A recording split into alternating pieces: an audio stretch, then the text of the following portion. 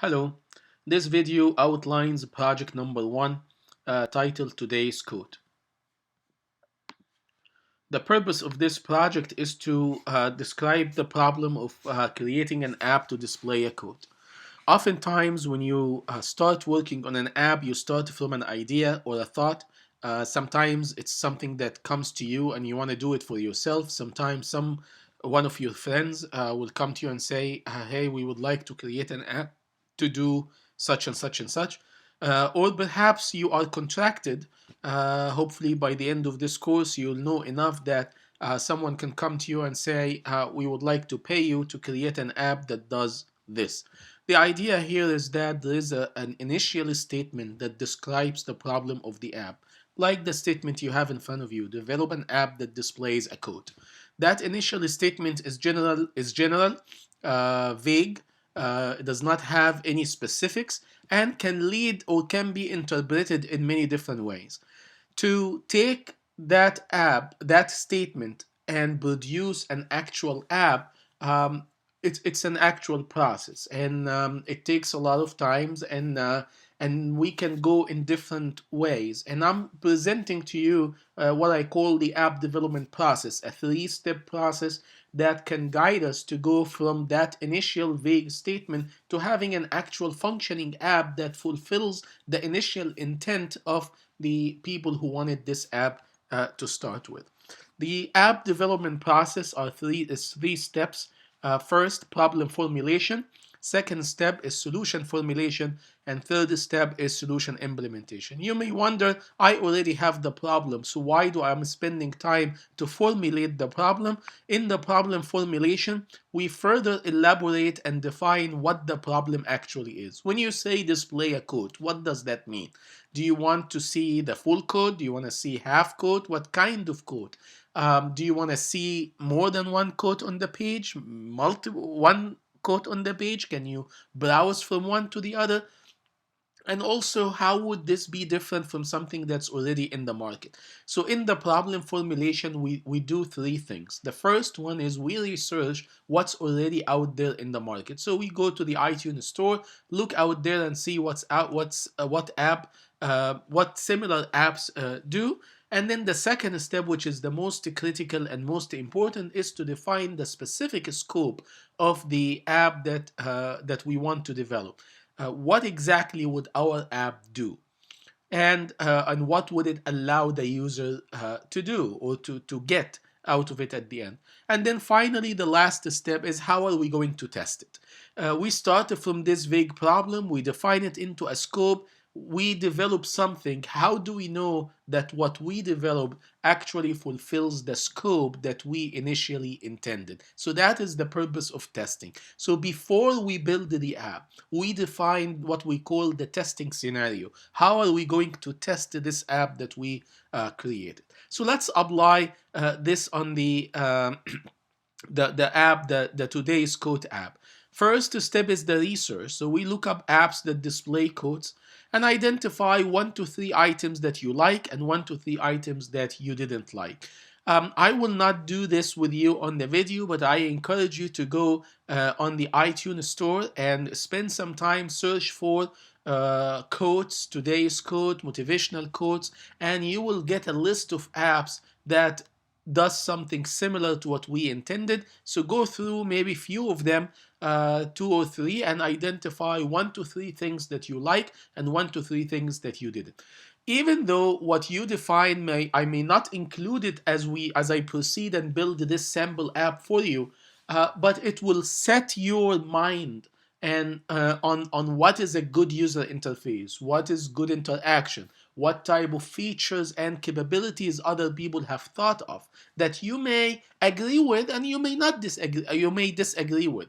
Remember, when you build an app, you're building your own app. This is the first project, so most likely most of you will follow what I am creating, which is perfectly fine. But I want you from the beginning to know that the purpose of going through these videos is you want to learn how to develop. You don't want to just do what I am doing for you. You want to learn it. So for you to learn it, you have to trust your curiosity and gradually, step by step, add your own interest the things you like, the things you don't like. So you start from what I have, I work with you and add your own to it. So in the specific scope that for this app, we will build an app that displays motivational quote. Notice here that I took quotes, which was very general, and now I focused it, motivational quotes. I should also specify it further and be more specific. What exactly are the codes that I'm going to develop? And you will see when in the follow-up videos, when I actually build the app, there will be about a list of 5 or 6 or 7 codes that the app will display. Generally, if this is in production, there will be a lot more than that. But for here, since this is educational, it will be, I'm just to say, to a smaller number. But there will be even not just a generic motivational code, there will be very specific codes, and you will define them here and agree with the owner of this project on it. The app will display the code when it opens. Now notice how the specificity is becoming. When is the code will be displayed? When the app opens. The user can navigate other codes while using the app. So these are the features of the app. So the app will do two things. The first one, the app displays a code when it opens. That's the first feature of the app. The second one, the user can navigate other codes while using the app. So two features, specifically motivational code, specifically a set number of codes. You may consider adding something else. So if you spend time on the research and you come up with something, maybe you can add. I want to warn you a little bit because you are still beginning. So don't jump the gun in the beginning. We want to take this step by step. There are 5 projects that will expand and open your eyes to so many different things that you can do. So be simple, take it step by step, don't overwhelm yourself. But I am here to help and support if you would like to add something new. Testing. So how are we going to test? So we define 2 testing scenarios. Scenario 1, which addresses the first feature of the app. Open the app, is there a code there or not? And is the code fully functional, fully displayed in the right font and color, in the right layout? All of it is displayed, it's not cut off or anything like that. So that's testing scenario number 1. Testing scenario number 2 is to browse the app, and that talks to the second feature. Browse the app and see that different codes are being displayed, and so on, check the font and color and so on. So that's the problem formulation. We did some research, define the scope, and define the testing scenario. Now we move to the solution formulation. Now that we know what exactly that we want, how are we going to build a solution? By a solution here is an app. Apps are problem. They solve problems. They or address a situation. I call it a problem here so I can tie it to a problem-solving process. But it's an app is a solution. So the solution formulation, we will follow an already set pattern for conducting or constructing a solution for these types of problem or for apps. That pattern is called the model view controller. That pattern divides the solution or divides your app into 3 distinct components. The first one is the model, and it relates to the data. The second one is the view, and it relates to the user interface. The third one is the controller, and that's the connector between the two. That's the brain, that's the intelligence, that's the custom instructions that you provide to your app. In specific, in the model, we will answer 2 questions. What data the app will need, and how to represent this data in the app. I want you to consider 2 universes. The universe that me and you live in, and I'm going to call this our universe or the physical universe, and the universe in which the app lives. And that is the universe of your phone or your watch, Apple Watch, or iPad or iPod.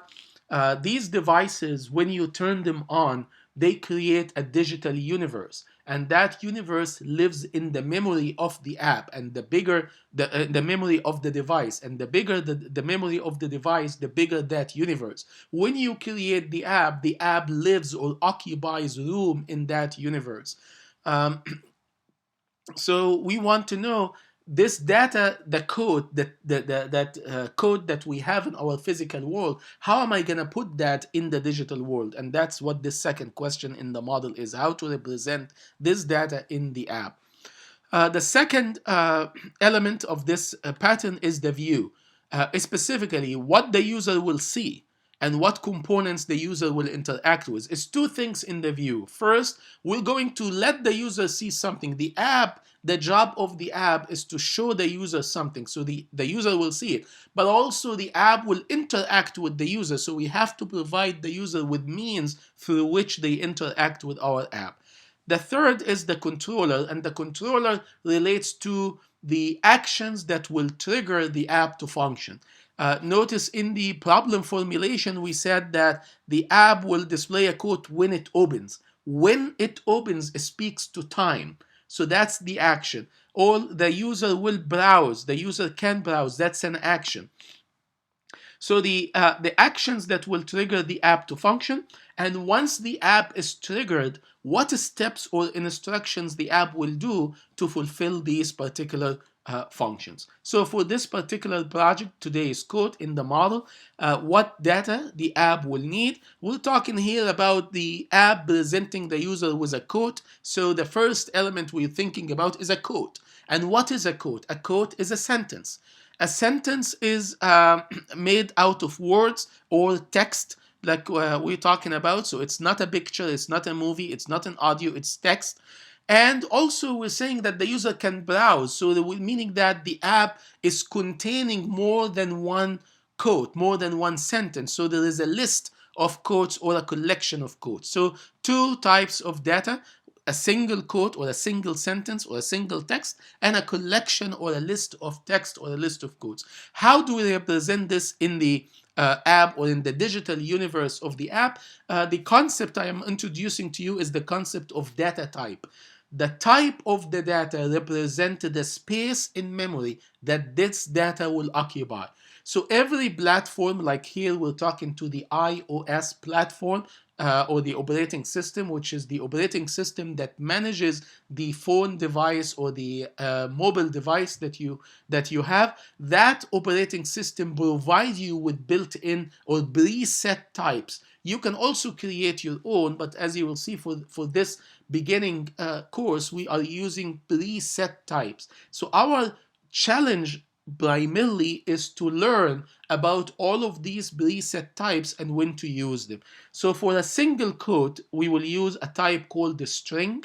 And this is a type that is provided to you by the iOS library. And we will use a type called NSArray, which is a collection of items, and it's also a library type provided by the standard iOS platform.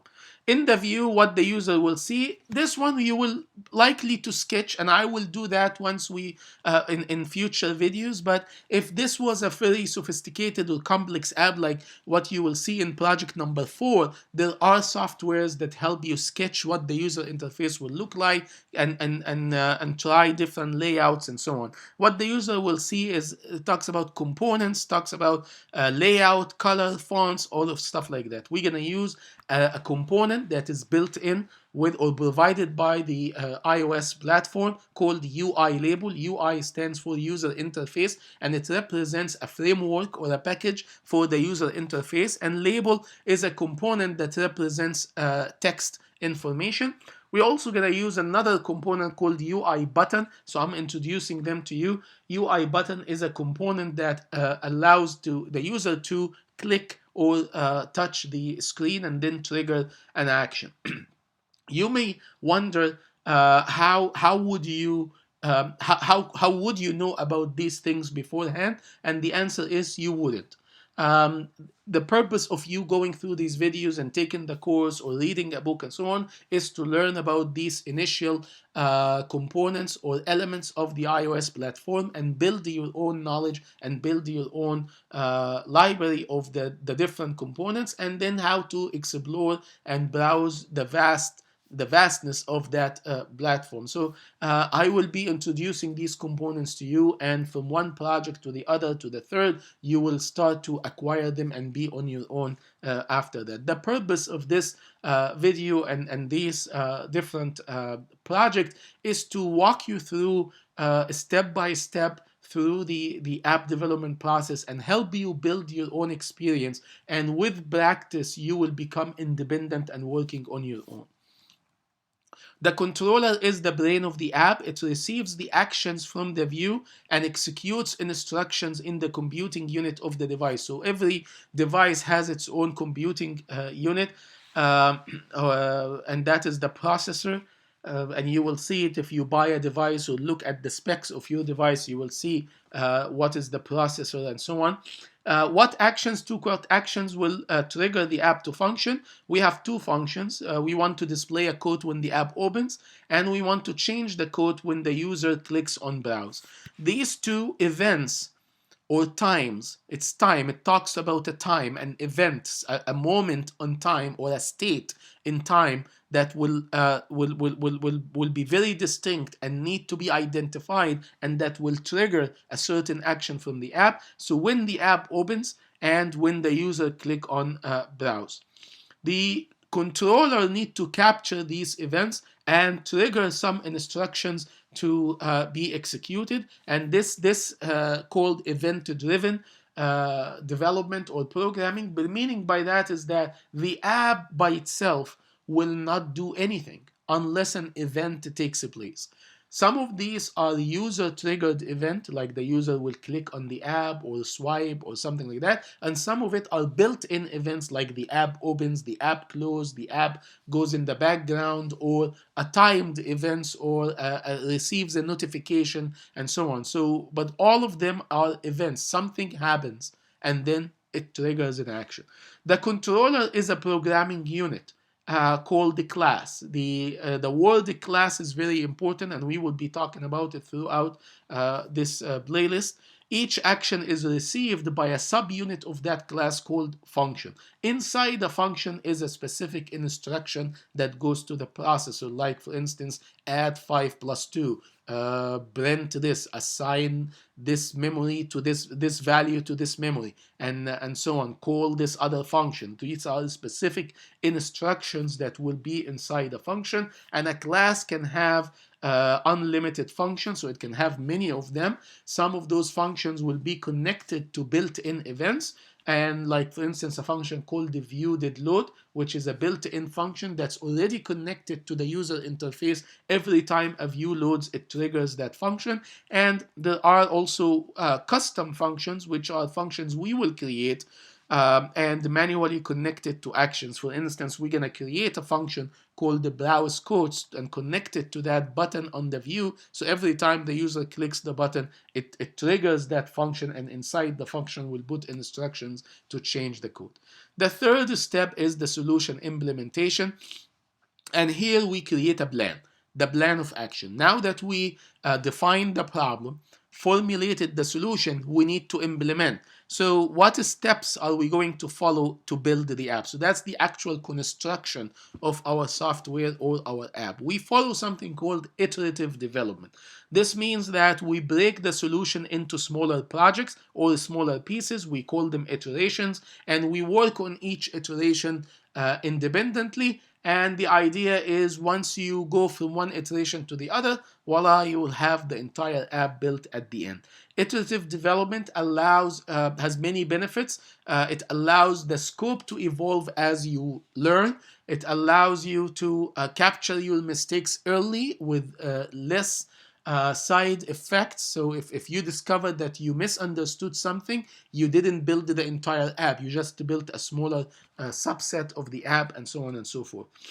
So for this particular project, I divided here into 4 iterations. Iteration 1, planning the project, setting it up, and that's what we're doing right now. Then the second iteration, remember that the scope of the app is to display a code and browse codes. So I'm going to break that scope down into 3 distinct sub-projects or sub-scopes. The first one is display just a single code. I'm gonna make an app that displays a single code, no list of codes, no browsing, nothing, just a single code. Then if I did that and it works, I'm gonna move to another step, which is displays a code made from a list. So now I'm gonna add a list and display a code from that list. Still no browsing. If I'm able to correctly display the code from a list, then I move to the fourth step, which is display a code from a list and allow the user to browse that list of a code. So these are 4 iterations. So how do I allocate time for them? And we are working on smaller projects, as you see from whatever time you want to allocate to finishing this. You say maybe in hours, maybe every iteration will be few hours, maybe days, maybe months, probably not years. 20 years ago, it could take years to build the software. Now everybody wants the software done in matter of weeks and matter of months. So these iterations are likely to be days, maximum weeks. For our project, this will be hours and days because we're moving on to another project. And this concludes iteration number 1.